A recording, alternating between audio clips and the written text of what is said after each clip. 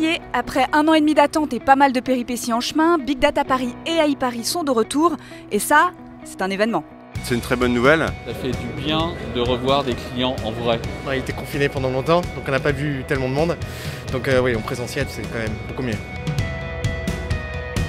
C'est vrai que le contexte était assez exceptionnel, mais on était déjà content que les salons puissent reprendre. Je pense que les choses sont bien sécurisées maintenant. Tout le monde respecte le port du masque. Je pense que le salon peut se dérouler dans de bonnes conditions.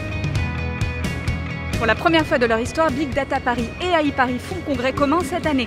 L'occasion de réunir tous les acteurs de la data, mais aussi de revenir sur les sujets qui font l'actualité du marché. Le NLP ou traitement automatique des langues est un sujet clé. C'est surtout le big data, les technologies, les outils qui sont largement utilisés. C'est essayer de capter toutes ces tendances. J'ai regardé d'autres choses autour de l'informatique quantique, notamment autour de la 5G. On va se focaliser sur la sécurité informatique et donc les applications d'intelligence artificielle à la sécurité informatique.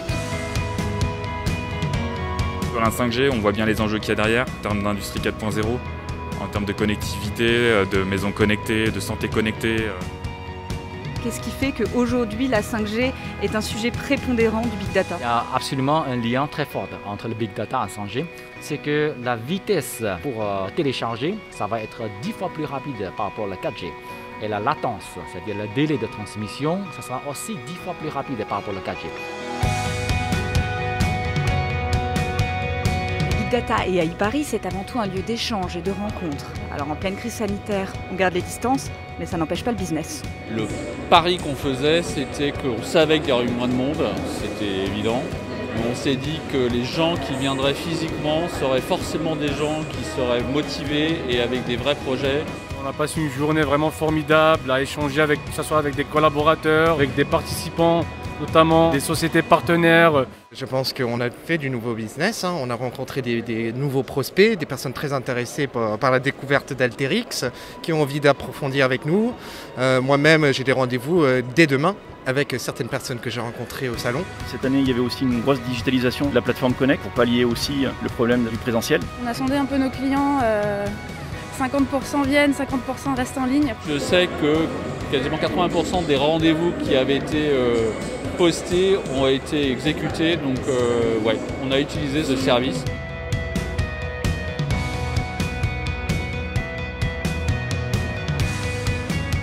L'éthique de la donnée, c'est vraiment le sujet dont tout le monde parle. Pour l'occasion, les organisateurs se sont associés à Madines pour produire un documentaire exclusif sur la société du Big Data.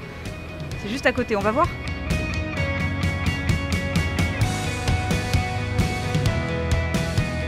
S'il y a un message à délivrer, c'est vraiment celui de cette IA de confiance et responsable. Responsabilité au sens conformité à des cadres éthiques, légaux, régulatoires. On essaye de mettre en avant, de travailler dans ce sens-là, et l'explicabilité des systèmes d'IA est une composante d'une intelligence artificielle responsable.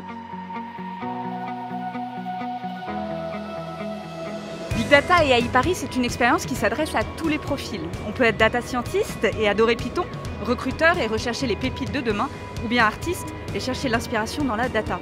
Et ça, les organisateurs l'ont bien compris, et nous aussi.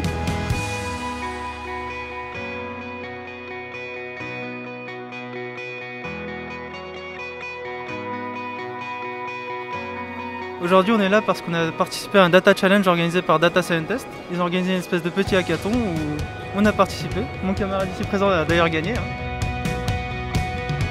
L'idée, c'est de modéliser la pollution, ensuite de prédire avec le plus de justesse le taux de particules fines dans différentes grandes villes.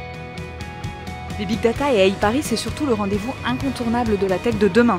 Ici, au Village Startup, on invente les usages et les outils qui feront vivre la data en 2021. D'ailleurs, je dois vous laisser, j'ai un trophée de l'innovation à remettre.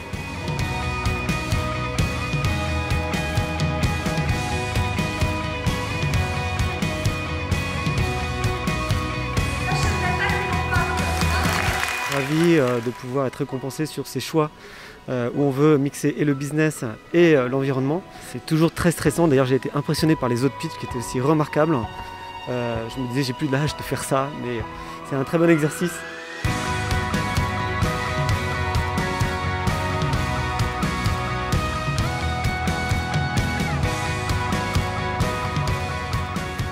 Et voilà, Big Data et AI Paris, c'est déjà fini. Une édition pas comme les autres qui restera dans les annales pour la diversité de ses expériences et son envie de rassembler. Alors on se retrouve bientôt avec cette même envie. Et d'ici là, vive la data!